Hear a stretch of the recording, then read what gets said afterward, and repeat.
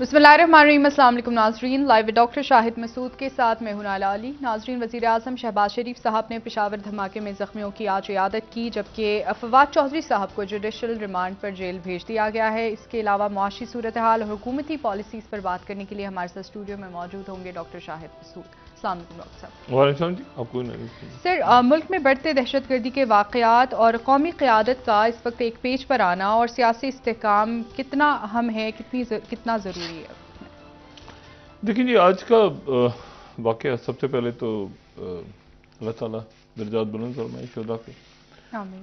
और दूसरी जो बात है वो ये है कि अब इसमें जो बहुत सारे बहरान हैं जिनसे पाकिस्तान गुजर रहा है इस वक्त, यानी आपका माशी बहरान है, सियासी बहरान है, आइनी बहरान है। हम नहीं जानते कि इलेक्शंस हो रहे हैं नहीं हो रहे। आज जो तारड़ साहब हैं वफाकी वज़ीर कानून, उन्होंने भी जो बयान दिया है, आज़म नीर तारड़ साहब ने, उन्होंने कहा कि हो सकता है इलेक्शंस आगे हो जाएं। तो एक आइनी बहरान भी है, एक माशी बहरान है जो बढ़ता ही जा रहा है और आज 270 रुपये के लगभग 269.80 यूनिट 270 के करीब जो है वो इंटर बैंक डॉलर बंद हुआ है। और इसका मतलब ये हुआ कि पिछले 3 जो वर्किंग डेज हैं उनमें 230 से 270 40 रुपये, और उसके नतीजे में अरबहा रुपयों का कर्जा पाकिस्तान पे बढ़ गया। और वो माशी बहरान अपनी जगह पे ही है, यानी तेल की कीमत बढ़ाने के बावजूद कंटेनर्स 10,000 के लगभग हैं जो खड़े हैं, उनके पास डॉलर्स नहीं हैं, वो कैसे क्लियर होंगे, क्या होगा, एलसीज कब खुलेंगी, वो सारा इशू जहां हमने छोड़ा था वो वहीं पे मौजूद है। मतलब उसमें तेल की प्राइस बढ़ाने से अभी कुछ क्लियर नहीं कि आईएमएफ का डेलीगेशन जो आज जिसके बारे में कहा जा रहा है वो रात को आ रहा है, और जितने दिन वो यहाँ रहेगा तो मजीद शराइत उनकी पूरी होंगी, यानी जो गैस की, बिजली की कीमतें, या ये कि इसको मजीद 10 रुपये और बढ़ाना है पेट्रोल, या ये कि डॉलर जो है वो कहाँ तक जाएगा रुपए के मुकाबले पे, क्या 275 या 280 या 300, ये मतलब ये अभी तक इस पे कोई जो कल काफ़ी गुस्से में हमें नज़र आए थे इसाक डार साहब, तो उसके बाद से जो है वो मईशत का क्या प्लान है वो हमें नहीं पता।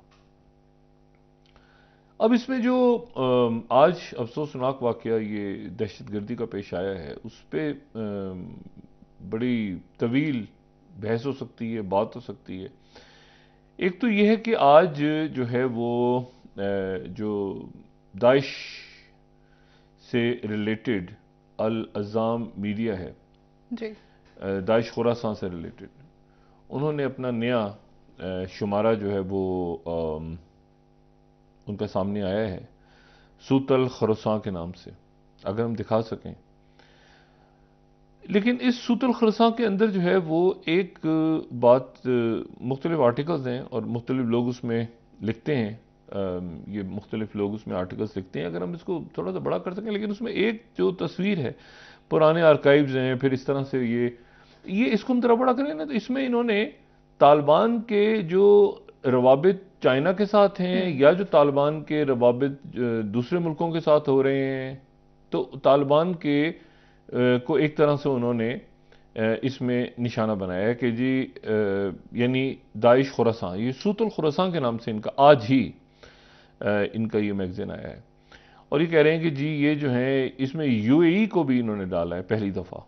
इसमें इन्होंने यानी यूएई के और तालिबान के ताल्लुकात को भी इन्होंने क्रिटिसाइज़ किया है, इन्होंने तुर्की और तालिबान के ताल्लुकात को भी क्रिटिसाइज़ किया है, और इन्होंने जो है वो चाइना के ख़ास तौर पे चाइना का जो तालिबान के साथ जो चाइना की वो उसमें इन्होंने फिर जो है इसमें जी मेंशन किया।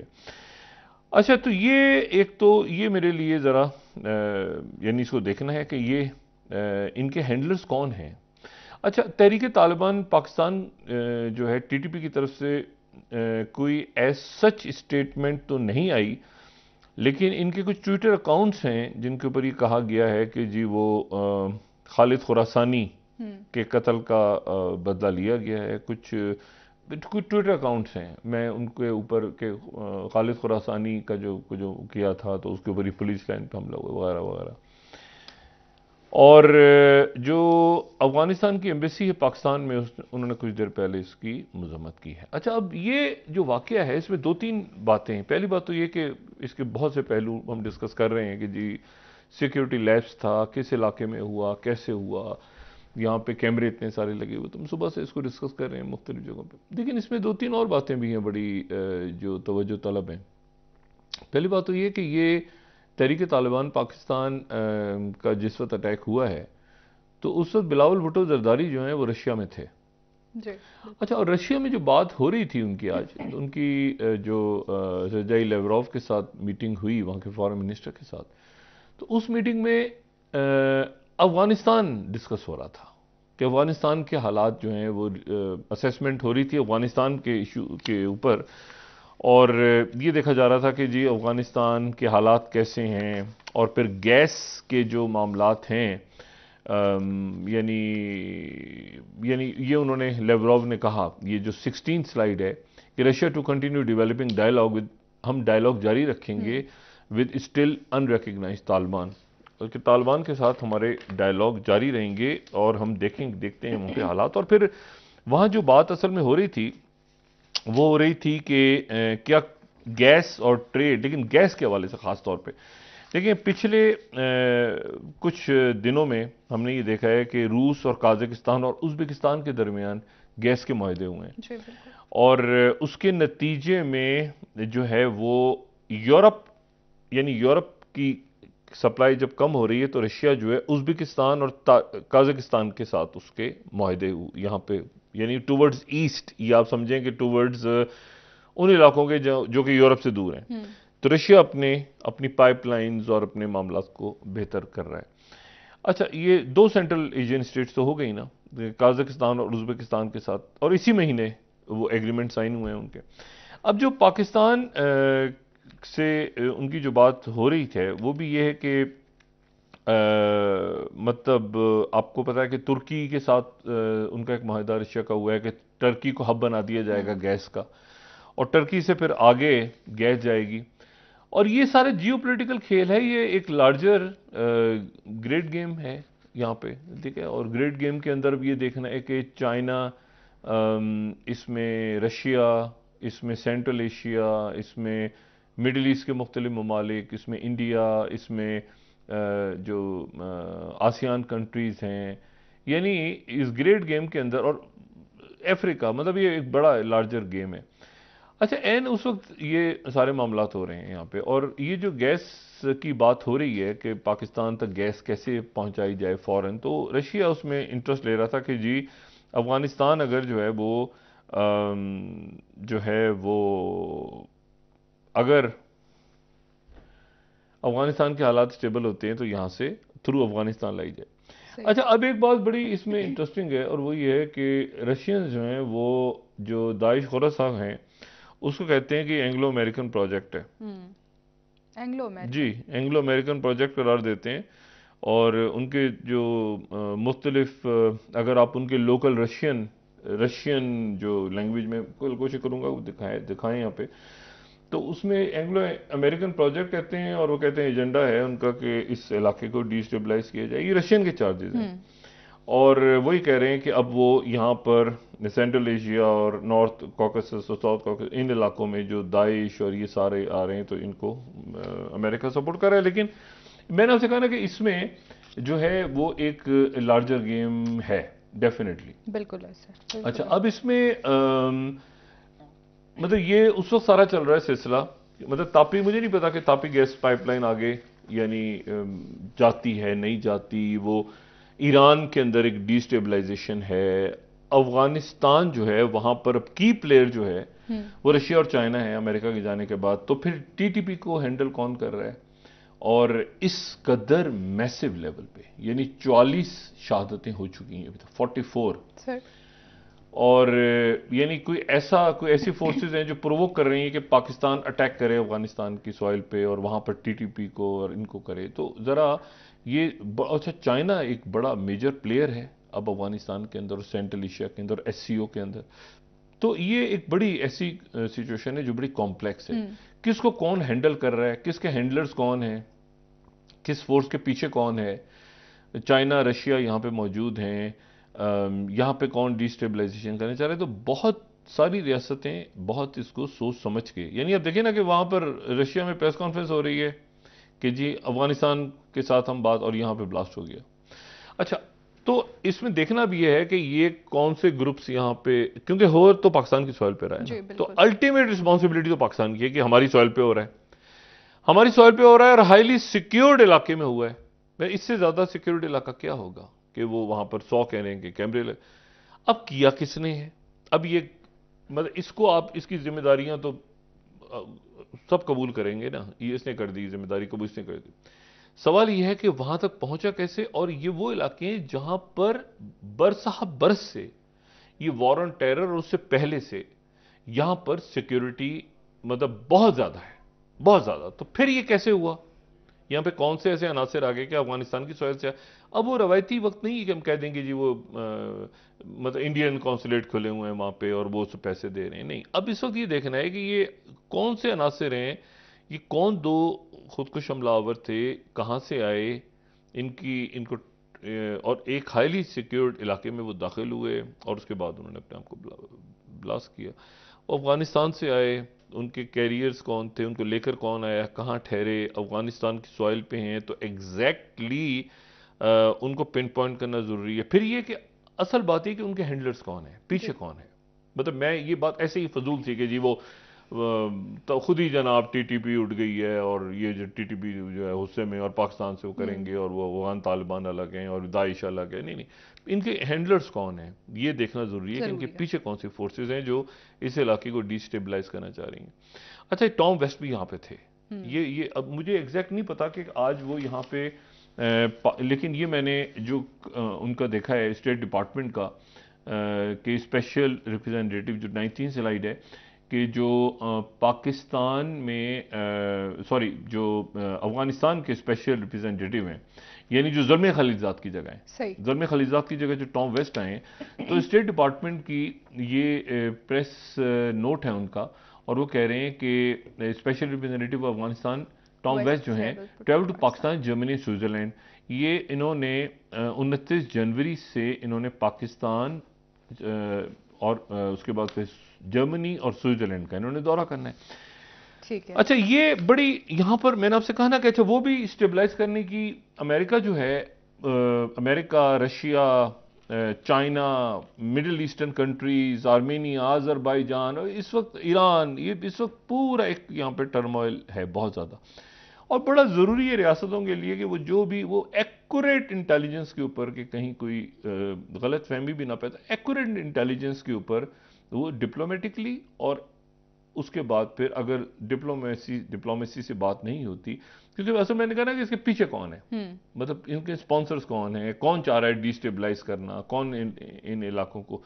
लेकिन पाकिस्तान के अंदर अल्टीमेट रिस्पॉन्सिबिलिटी इसलिए हमारी है क्योंकि हमारी सॉइल पे हुआ। अगर यहाँ पे चाइनीज पे अटैक होता है तो भी हम जिम्मेदार हैं, अमेरिकन पे होता है तो भी हम जिम्मेदार हैं, इंडियंस पे होता है तो भी हम जिम्मेदार हैं, या ईरानियंस पे होता है तो भी हम जिम्मेदार हैं। बस अपने लोगों के भी हम जिम्मेदार हैं वैसे बिल्कुल है, लेकिन हम उनको चलें अपने लोगों को पता नहीं किस खाते में डालते हैं। लेकिन मैं सिर्फ ये कह रहा हूं कि ये चूंकि हमारे सॉइल पे दहशतगर्दी का वाकया हुआ, हमारे भाई इसमें शहीद हो गए सारे, और सिक्योरिटी के यानी नमाज के लिए वो गए और उसके बाद इमाम मस्जिद भी और सारे पुलिस एहलकार, और बड़े अफसोसनाक, और भी वहां पे उसमें। लेकिन पीछे कौन है और गेम क्या है, तो उस पैरामीटर में जरा सा देखना होगा। अच्छा, अब क्या है पाकिस्तान के, आप देखें माशी बहरान आपको इकोनॉमिकली वीक कर दिया गया, और वीक अचानक नहीं हुए आप, मतलब एक तो अचानक हो गए आप जी, एक दिन सुबह उठे वन फाइन मॉर्निंग आप नहीं, आप बरसा बरस से कर्जे लेते जा रहे हैं, कर्जे लेते जा रहे हैं, कर्जे लेते जा रहे हैं। आपके यहाँ हुक्मरान आ रहे हैं तो वो हुक्मरान कैसे आ रहे हैं, मतलब किसी को नहीं पता कैसे आ रहे हैं, वो उधर से उधर आ गए, उधर से उधर लैंडिंग हो गई, मतलब आ गए, बस आ गए। अच्छा, और उनकी सबसे बड़ी खूबी है कि दुनिया के साथ क्योंकि ताल्लुकात खराब हो गए थे तो इसलिए दुनिया के साथ ताल्लुकात ठीक करने हो गए। अच्छा जी, चलें जी, आ गए। अच्छा, फिर उसके बाद कौन किस चीज का जवाब दे ये किसी को नहीं पता। मतलब अगर मिसाल के तौर पे तवानाई का इशू है, एनर्जी का इशू है, तो क्या मुसद्दक मलिक हैं या खुर्रम दस्तगीर हैं या और कोई, हम किसी को नहीं पता। अच्छा, तो इसी तरह से अब इलेक्शन अगर इस साल हो रहा है, नहीं हो रहा, कब हो रहा है, वो इमरान खान साहब वो आज उन्होंने बात भी कर दी, गवर्नर केपी ने बात कर दी इलेक्शंस तो कहीं दूर दूर तक नजर नहीं आ रहा। अच्छा। मैंने ये बात पहले भी कर रहा हूँ, मुझे इलेक्शन इसलिए नजर नहीं आ रहा कि मुल्क में हालात अजीब व गरीब से हालात है ना। अब ये हालात यानी इकोनॉमी और सिक्योरिटी ऊपर आ गए हैं, जो मैं पहले भी मैं कहता हावी आ गए हैं। एक वक्त आएगा जब ये हालात के ऊपर हावी आ जाएंगे, ठीक है। अच्छा, और उसमें आप ये देखें कि ये वहां से शुरू होते हैं, वो सिचुएशन शुरू होती है पैसिफिक से, और ये वो अटलांटिक को क्रॉस करके पूरी दुनिया में एक ही, मतलब मिसाल के तौर पे आप देखें कि आज जो है वो एंथनी ब्लिंकन, सेक्रेटरी ब्लिंकन जो है, यानी टॉम वेस्ट के जो बॉस हैं, टॉम वेस्ट के बॉस इस वक्त यरूशलेम में है। वो इजिप्ट से यरूशलेम पहुंचे, और यरूशलेम पहुंचने के बाद उनकी मीटिंग बड़े टेंस हालात में, उनको हालात अच्छे नहीं है वहां पे इसराइल के, और उसकी एक राइट विंगर्स की गवर्नमेंट आके बैठ गई, और वो राइट विंगर्स की गवर्नमेंट आके बैठी है जो कि अमेरिका भी परेशान है। अमेरिका टू स्टेट सॉल्यूशन पे है ना, टू स्टेट के ऊपर सऊदी अरब भी है, टू स्टेट के ऊपर पाकिस्तान भी है, टू स्टेट सॉल्यूशन जो है उसके ऊपर यूएई भी है सारा। तो अब्राहम एकॉर्ड्स वकॉर्ड्स तो सारे हो गए, मगर वो अब फंस गए सारे, क्योंकि वहां पे इंतहा पसंद हुकूमत आ गई है। किसी सूरत में भी सऊदी अरेबिया और यूएई और बाकी जो मुल्क जिन्होंने इजराइल के साथ अब्राहम अकॉर्ड्स किए हैं, वो किसी सूरत में भी इंतहा पसंद इस गवर्नमेंट के साथ उनका कोई लेना देना, क्योंकि वहां पे हजारों लोग निकले हुए हैं इसराइली इस हुकूमत के खिलाफ। अच्छा, यहां पर पहुंच गए जनाब, अब पहुंचे हैं एंथनी ब्लिंकन, उनकी मुलाकात नेतन्याहू से आज हो रही है और कल महमूद अब्बास से होगी। और इसी दौरान जो उर्दन के शाह अब्दुल्ला हैं, शाह अब्दुल्ला जॉर्डन के, जिनसे पिछले हफ्ते गालिबन नेतन्याहू की मुलाकात हुई थी, जिसको ज्यादा पब्लिसाइज नहीं किया गया, वो जो शाह अब्दुल्ला हैं वो वॉशिंगटन में है। और शाह अब्दुल्ला जो हैं वो बहुत ज्यादा उनकी, यानी वो कुछ, ये पहले हम बड़ा डिटेल में बात कर चुके हैं, मैं ज्यादा इस पर बात नहीं करूंगा, लेकिन ये कि वो अब्राहम अकॉर्ड से खुश नहीं है। जॉर्डन खुश नहीं है, क्योंकि जॉर्डन ये समझता है कि यहां पर अब्राहम अकॉर्ड्स हुए तो उसके नतीजे में, ये बात मैं पहले भी कह चुका हूं कि ये जो हरमैन शरीफैन के हवाले से, खादिमुल हरमैन शरीफैन, उनका यह है कि सऊदी अरेबिया शायद जो है वो मस्जिद अक्सा तक भी पहुंचना चाहता है, उसकी जो हिफाजत है वो करना चाहता है। एक उनका ख्याल है जॉर्डेनियंस का, उनसे बात होती है तो वो कहते हैं कि हमें ऐसा लगता है। और जॉर्डन जो है वो भी डिपेंडेंट है माली तौर पे सऊदी अरेबिया का, यानी सऊदी अरेबिया ने जो बयान दिया पिछले दिनों कि हम हर एक को मुफ्त पैसा नहीं देंगे, तो उसमें हमने तो पाकिस्तान पे लिया ना, हमने तो पाकिस्तान पे लिया, उधर इजिप्ट बढ़ गया, उधर जॉर्डेनियंस को वो तो पैसा, उधर मुजाहरे हो रहे हैं, गुर्बत, अच्छा खासा रौला पड़ा हुआ है।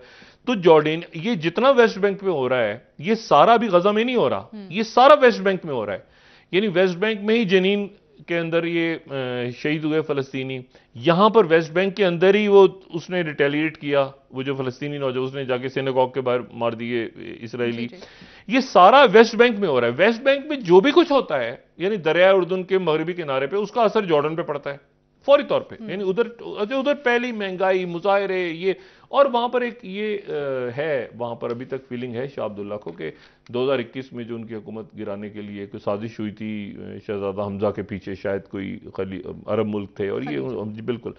अच्छा, और महमूद अब्बास के बाद आगे पैलेस्टीन अथॉरिटी का हेड कौन करेगा, ठीक है, कि हमास ये एक साथ हो जाएंगे, मतलब वो एक केओस है वहां पे, ठीक है, वहां पे एक केओस है, एक बहुत बड़ा क्राइसिस जन्म ले रहा है।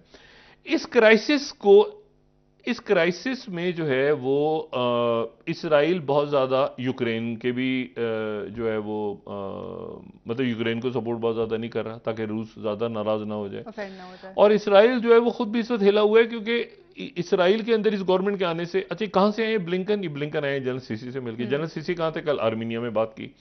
आर्मीनिया अजरबैजान फड्डा, अजरबैजान आर्मीनिया फड्डे के दरमियान में रशिया, पाकिस्तान, टर्की अजरबैजान के साथ, ईरान, आर्मीनिया, रशिया के साथ, और इंडिया भी।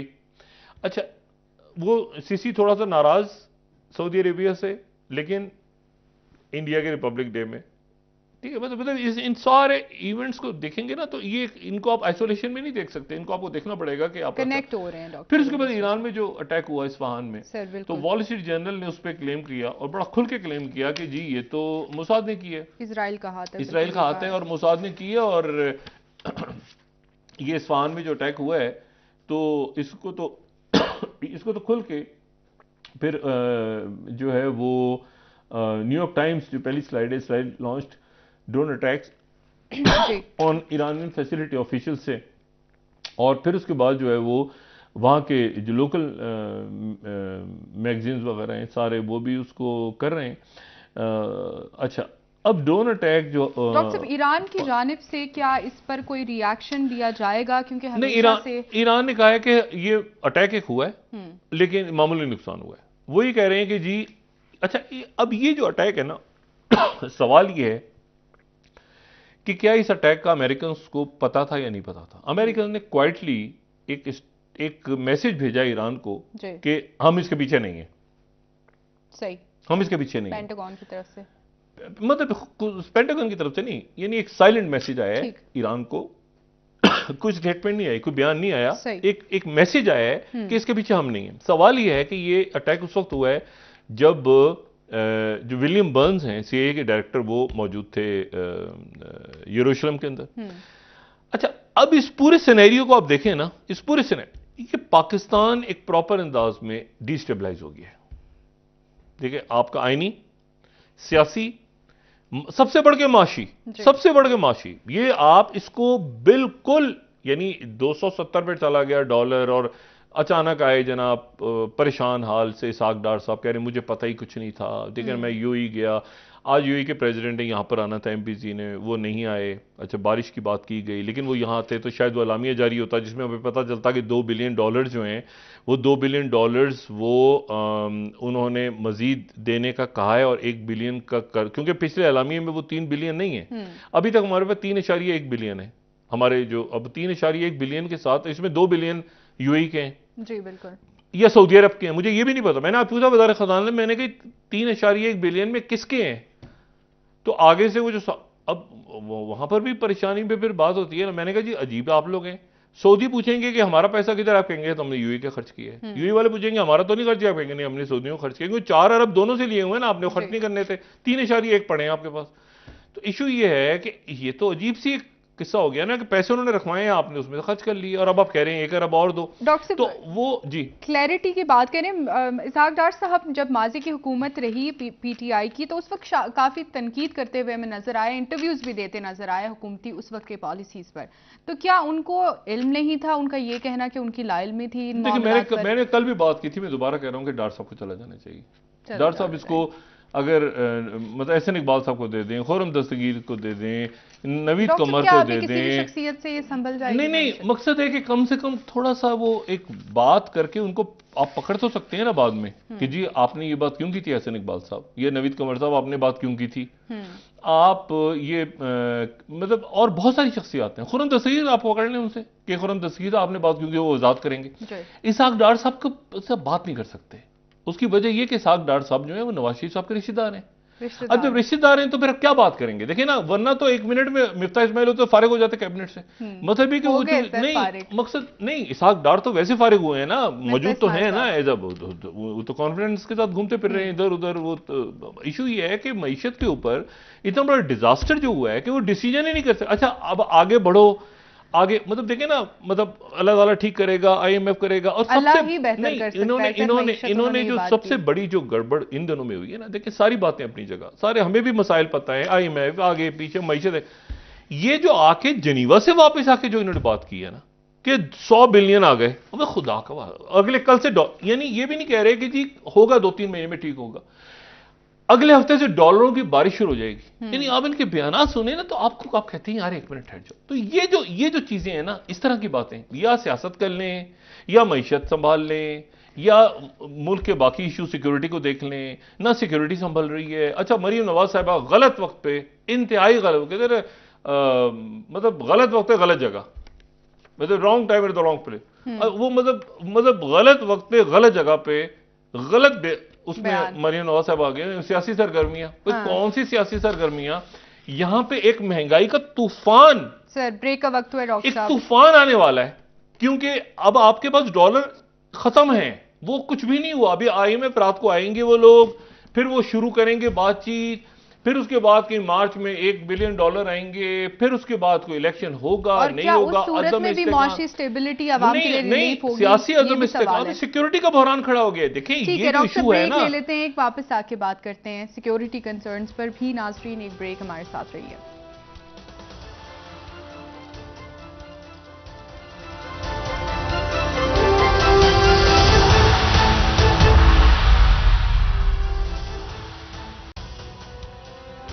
वेलकम बैक नाजरीन। जी डॉक्टर साहब, मुल्क में मौजूदा सियासी और माशी सूरत हाल पर बात कर रहे थे। आपने कई बार इस बात का जिक्र किया और आपने ये बात की कि अगर मुआशी तौर पर मुल्क में इस्तेहकाम नहीं होगा तो ये सिक्योरिटी के मसाइल जन्म लेंगे। तो इस वक्त क्या हमारी सियासी क़यादत को इस बात का इल्म नहीं है कि ये मसाइल जो हैं ये मुआशी होने की वजह से हैं? नहीं, क़यादत को सिर्फ सियासी ना रखा जाए ना, हम अपने तमाम अकाबरीन, तमाम स्टेक होल्डर्स की बात करें ना, सियासी और गैर सियासी तमाम।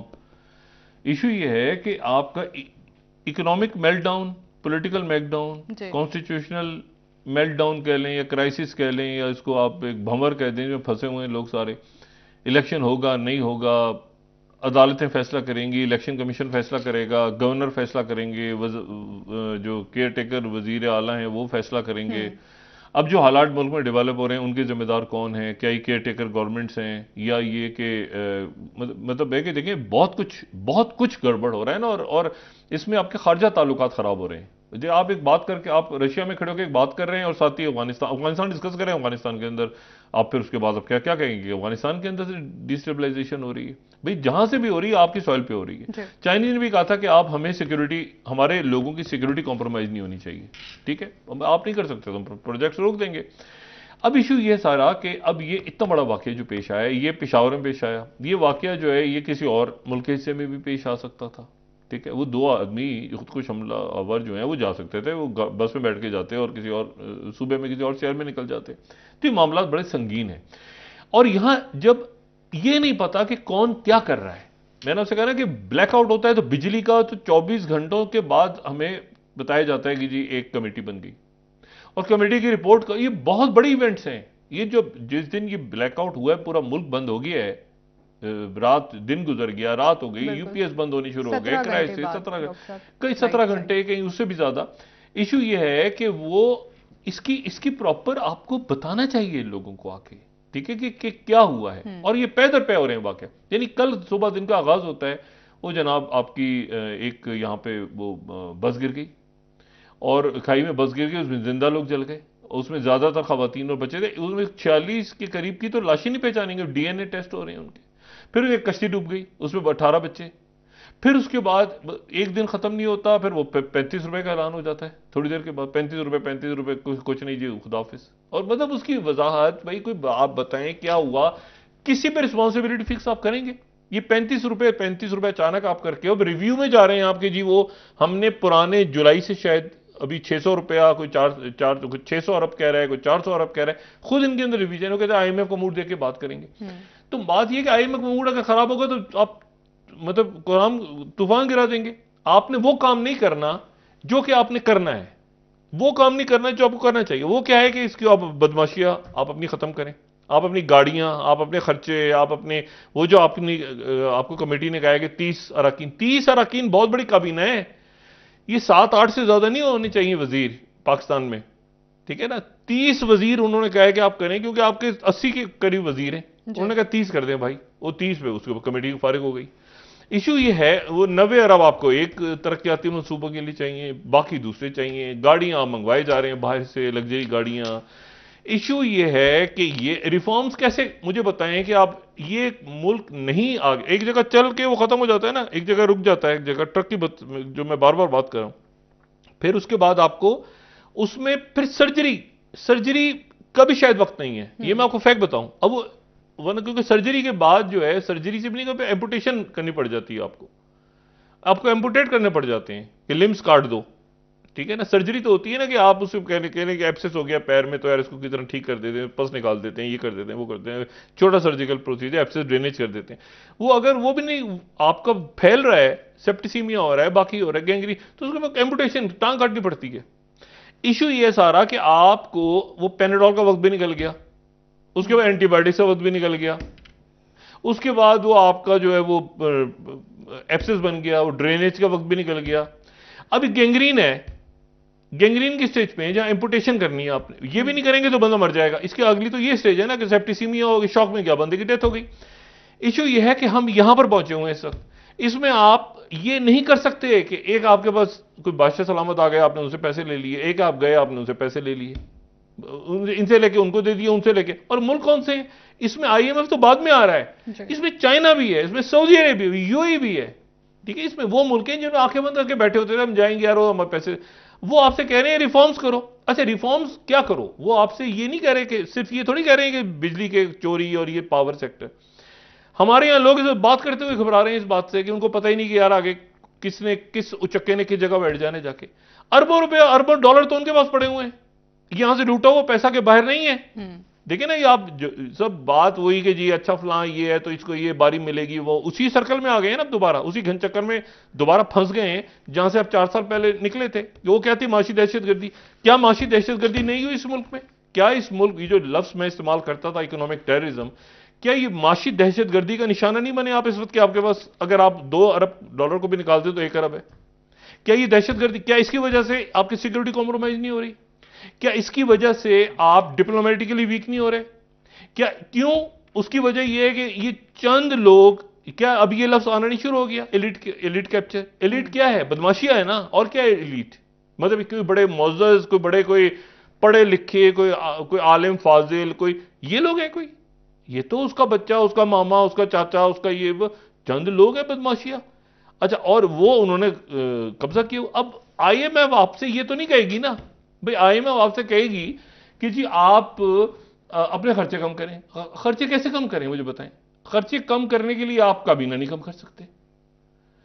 वो एक खबर थी, सादगी से आज रोटी खा ली, दाल खा ली, मतलब इस तरह की खबरें चला चला के, सादगी और मुहिम। उसके नहीं, और उसके बाद आपको पता है हाफ पेज का जो इश्तिहार है एक बड़े नेशनल डेली का फ्रंट, और मैं बात कर रहा हूं आज से 10 साल पहले की, तो हाफ पेज का इश्तिहार आता है वो 5 करोड़ रुपए का है, 5 करोड़ रुपए का। सही। तो ये इश्तिहारात भरे हुए हैं, अगर आप देखें तो इश्तिहारों पे आपको तमाम हुकूमती नहीं वो पहले भी यही था, नजर आती है, सोशल मीडिया पे नजर आ रही है, ठीक है। ऑपोजिशन भी सोशल मीडिया पे है, हुकूमत भी सोशल मीडिया पे है, पब्लिक कहीं दरमियान में घुसी हुई है, वो दोनों को सुन रही है, इधर की गालियां उधर की गालियां, जिससे मुतासर हो जाएं जो ज्यादा अच्छी गालियां। मैं जो बात कह रहा हूं कि इसको आपको ये ठीक देखें। अब इशू क्या है? सारा इशू ये है कि अब चूंकि नया पावर दुनिया में एक मतलब ब्लॉक्स बन रहे हैं ना, मतलब पावर, आपने अब चिप्स की बात हो रही है कि चिप ट्रेड कैसे होगा, टेक्नोलॉजी कैसे जाएगी, किसके पास क्या होगा, एआई कैसे जाए। आप यहां पर फंसे हुए हैं कि जी बिजली नहीं है, बिजली और तेल नहीं है, तो आपकी खाक आपने टेक्नोलॉजी में जाना है। फिर टेक्नोलॉजी ना बिजली है ना गैस है, तो क्या हवा के ऊपर आप चलाएंगे टेक्नोलॉजी? स्टार्टअप कैसे चलेंगे यहां से? इशू यह है कि इसमें इस वक्त आपने इसको एक प्रॉपर, मैं सर्जरी नहीं कर, एम्पुटेशन होती है ना, कट करके आप फेंक दें सारी चीजों को, एक तरफ उड़ा दें, और आप यहां पे सिक्योरिटी और इकोनॉमी के ऊपर ध्यान दें, और सारे स्टेक होल्डर्स को बिठा दो, बैठ जाएंगे लोग, सारे लोग बैठ जाएं, अदालत बिठाए, इस्टेब्लिशमेंट बिठाए, जिसने बिठाना बिठाए, या कोई इनमें से सियासतदान। अब ये इमर्जिंग पाकिस्तान जो है, मतलब इसमें मुझे नहीं एग्जैक्टली पता कि उन्होंने तो कहा शायद खान अब्बासी साहब ने कि सियासी पार्टी नहीं है, मगर ये कुछ ना कुछ तो है। अब ये जो लोग हैं, जो शख्सियात है, या तो, लेकिन ये कैसे बिठाएंगे? क्योंकि ये तो अलग इसीलिए हुए हैं कि इनकी क़यादत इनकी बात नहीं सुन रही थी, वो कहते हैं कि मरूसी सियासत के खिलाफ है, तो ये कैसे उनको बिठाएंगे? अब यहां पर सवाल ही पैदा होता है कि ये आप यानी रशिया जाके बात करके आए और तो पीछे से मामला खराब हो गए, वो एक प्लान खराब हो गया। वजीर खारजा जो हैं वो बात कर रहे हैं एंथनी ब्लिंकन से, बिलावल भुट्टो, तो क्या बात कर रहे हैं भाई? आपने किस ब्लॉक में क्यों जाना है?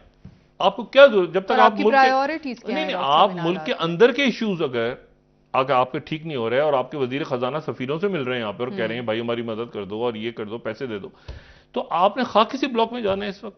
और आपकी वो जो एक डिफाइनिंग मोमेंट नहीं होती तारीख में, यानी आप गुजार दें, 1 साल गुजार दें, और फिर उसके बाद अब 200 साल या 1000 साल तक सोचते रहे बैठ के कि यार हम काम पता नहीं क्या किया था, हमारी कौन सी की आदत थी उस वक्त। कई मुल्क होते हैं ना, सोच के थे हमने, मतलब आप उस फेज में हैं कि जी हमने तो कुछ भी नहीं किया था उस वक्त, तो वो थे उस वक्त, वो तो सारे लोगों ने भाग जाना है, अब जिनका पैसा बाहर पड़ा भाग जाना। इशू ये सारा कि इस वक्त जो है वो, अब आप देखें कि मैंने आपसे कहा ना कि ये एंथनी ब्लिंकन से आप शुरू करें। अच्छा, फिर उसके बाद देखिए डेवलपमेंट्स कैसी हो रही हैं, डेवलपमेंट्स कैसी हो रही है कि एंथनी ब्लिंकन चाइना जा रहे हैं, एंथनी ब्लिंकन चाइना जा रहे हैं, और शी जिनपिंग मॉस्को आ रहे हैं।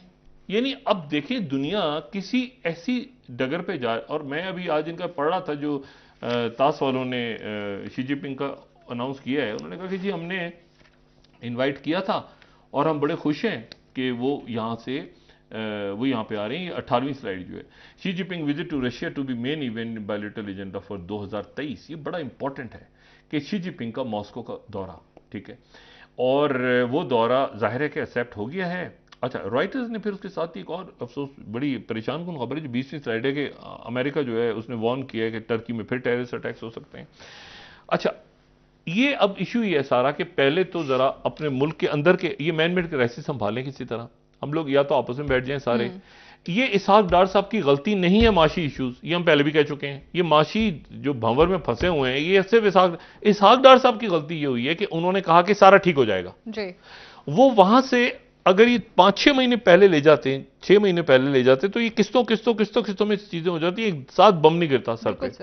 दूसरी बात ये है कि ये जो गवर्नमेंट या अरेंजमेंट आया, इन्होंने काम इसलिए आया कि दुनिया के मुल्क जो है वो इमरान खान को नहीं चाहते। एक बात हम सुन रहे हैं, दुनिया के मुल्क नहीं चाहते, और चूंकि हम आ गए तो चाहते हैं। भाई, आपके आने का फायदा क्या हुआ पाकिस्तान को? ना आपको यूएई पैसे दे रहा है, ना सऊदी अरब दे रहा है, ना अमेरिका दे रहा है, ना चाइना दे रहा है, आप ही को नहीं दे रहा ना, तो फायदा क्या हुआ? नहीं, आपको नहीं चाहता तो आपको चाहता है। और भाई, हमें क्या पता किसको चाहता है किसको नहीं चाहता। हमें यहां लोगों को इस बात में इंटरेस्ट है कि आपसे कौन सा मुल्क किस तस्वीरें उतरवाओ, तो तस्वीरें उतरवाने से कोई मसले हल होते हैं? सर, डॉक्टर साहब ब्रेक ले लेते हैं, वापस आके बात करेंगे मजीद। नाज़रीन, एक ब्रेक, हमारे साथ रहिएगा।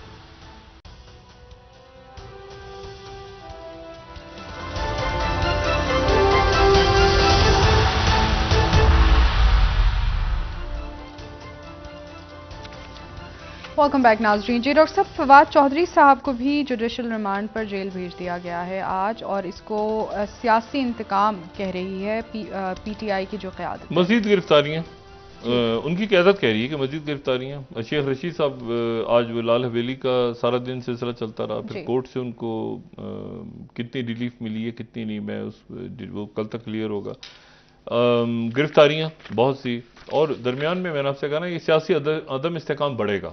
ये सियासी अदम इस्तेकाम गिरफ्तारियों के नतीजे में या जलसों के नतीजे में या पॉलिटिकल कैंपेन अगर शुरू हो रही है उसके नतीजे में ये ख़त्म तो नहीं होगा। सियासी अदम इस्तेकाम तो अपनी जगह मौजूद है, माशी अदम इस्तेकाम बढ़ता ही जा रहा है, क्योंकि आज और कल और वीकेंड पे तमाम तवज्जो जो है वो चली गई दूसरे इशूज़ की तरफ, और उसमें वो यानी आज भी वो 270 पे अगर ख़त्म हो रहा है रुपए पे $1, तो हमें नहीं पता कि वहाँ पर क्या कितने खरब रुपए का कर्जा और बढ़ गया है। क्या हमारा सारा जहन जो है वो, ये तो फवाद चौधरी साहब के साथ जो सिलसिला हुआ, फिर उसके बाद ये जो अटैक हो गया, फिर बाकी मामला उस तरफ रहा सारा दिन, तो वो आप मीशत वहीं खड़ी है, बदतर हो गई है। 3 दिन पहले हम जो बात कर रहे थे उससे आज खराब तर हो गई है सूरत। फिर आपके मुल्क में जब दहशत गर्दी के मामला शुरू हो जाएं तो ज़ाहिर IMF आके पूछेगा कि भाई यहाँ से आपने रेवेन्यू कैसे इकट्ठा करना है, आप कैसे यहाँ पे रेवेन्यू, तो आप उनसे क्या कहेंगे? जो बचे कुछ लोग जिंदा रह गए हैं, भाई कुछ तो जख्मी है, ठीक है ना, जख्मी हो गए, शहीद होते जा रहे हैं, और फिर अगर टेररिज्म शुरू हो गया है तो आपने रेवेन्यू कैसे, आप टैक्स कैसे कलेक्ट करेंगे? अब आपकी इंडस्ट्रीज कैसे चलेंगी? अब आपके धमाके पाइपलाइंस भी शुरू हो गए तो कैसे होगा? ट्रकों को आग लगानी शुरू। इशू ये है कि ये सिक्योरिटी क्राइसिस बराह रास्त आपकी इकोनॉमिकली आप वीक हुए हैं तो सिक्योरिटी क्राइसिस, एक जगह से आपकी तवज्जो हटी, दूसरी तरफ ब्लास्ट हो गया, दूसरी तरफ हटी, उधर जनाब सिक्योरिटी आपने प्रोवाइड करनी है अपनी लीडरशिप को करनी है, लोग ये आप ये कहना बड़ा आसान है। पुलिस वाले जो हैं उनकी सिक्योरिटी, आप जरा पुलिस वालों को देखें तो सही, बेचारों के साथ ये जो बारिश के अंदर खड़े हुए, वसाइल कुछ भी नहीं, वो गाड़ी पास आ जाती है, वो उसमें से वो टॉर्च खोल के झांक रहे होते हैं, वो ब्लास्ट हो जाए, पता चला। इशू ये फायरिंग हो जाए वो उनको, और फिर उसमें कोई लाट सा बैठा होता है तो वो उनकी डांटता है, बेइज्जती करता है पुलिस वालों की। पुलिस वालों के पास, आप पुलिस वाले जो है ना, मतलब है कि मैं उनकी खराबियां अपनी जगह है, मगर आप उनको देखें तो सही, आपने कहां खड़ा किया हुआ है लोगों को। इशू ये सारा, और फिर वही जो कल मैंने बात की थी सेफ सिटी, अब कैमरे लगे हुए तो आम पुलिस वाले को क्या पता है, गरीब को, वो नमाज पढ़ने गया, वो ब्लास्ट हो गया। अब ये कैमरे किसने लगाए, किसने पैसा खाया, किसने कितना उसमें अरब रुपए, सेफ सिटी बन रहा है, फलां बन रहा है। इशू ये सारा कि इस पूरी पिक्चर में अब आप देखें कि रियासतें कैसे काम कर रही हैं। अब यानी अब तैयब एर्दोगन को देखें, तैयब एर्दोगन वो कि जी हम फिनलैंड स्वीडन के साथ चूंकि मसला उनका चल रहा है, वो कुरान शरीफ की बेहरमती हुई है, तो हम फिनलैंड ने कहा कि नहीं, स्वीडन साथ आएगा तो हम नेटो में आएंगे, और नेटो में हंगरी और टर्की फिर दोनों खड़े हुए हैं, अगले 1-2 महीने में फैसला करना है उन्होंने। मतलब इशू ये है सारा। अच्छा, अडानी जो है उसके 70 अरब हो गए, $70 बिलियन उसके वाइप आउट हो गए अडानी के, वो उसका फटा पड़ा हुआ है। इशू ये है कि ये सारे इश्यूज, अच्छा इन सारे फटों के बावजूद कल अडानी जो है वो होंगे यरूशलेम में, ये बड़ी इंटरेस्टिंग बात है। और कल वहां हैवा पोर्ट की इनॉग्रेशन है, उसमें नेतन्याहू भी शरीक हो रहे हैं। सही, बहुत शुक्रिया डॉक्टर अब साहब। इस पूरे क्राइसिस में जब आप पलट के देखते हैं ना कि पाकिस्तान में क्या हो रहा है, तो आप कहते हैं कि पहले से ज्यादा मतलब यहां तक हालात पहुंच गए, और अब भी आपको नहीं बताया जा रहा कि IMF कि होने क्या जा रहा है मुल्क के साथ, करना क्या है रात को। को। बहुत शुक्रिया डॉक्टर साहब, प्रोग्राम का वक्त खत्म हो रहा है। नाजरीन कल इंशाल्लाह दोबारा आपसे मुलाकात होगी। मुझे 10 रुपए ये बढ़ाने, पेट्रोल पे 17% इन्होंने सेल्स टैक्स लगाना है। ठीक है, पेट्रोल, बहुत शुक्रिया नाजरीन, कल इंशाल्लाह दोबारा आपसे मुलाकात होगी। मुझे इजाजत दीजिए, अल्लाह हाफिज़। अपना दोस्तों रिश्तेदारों गिरदनवाह के लोगों का सब ख्याल रखिएगा।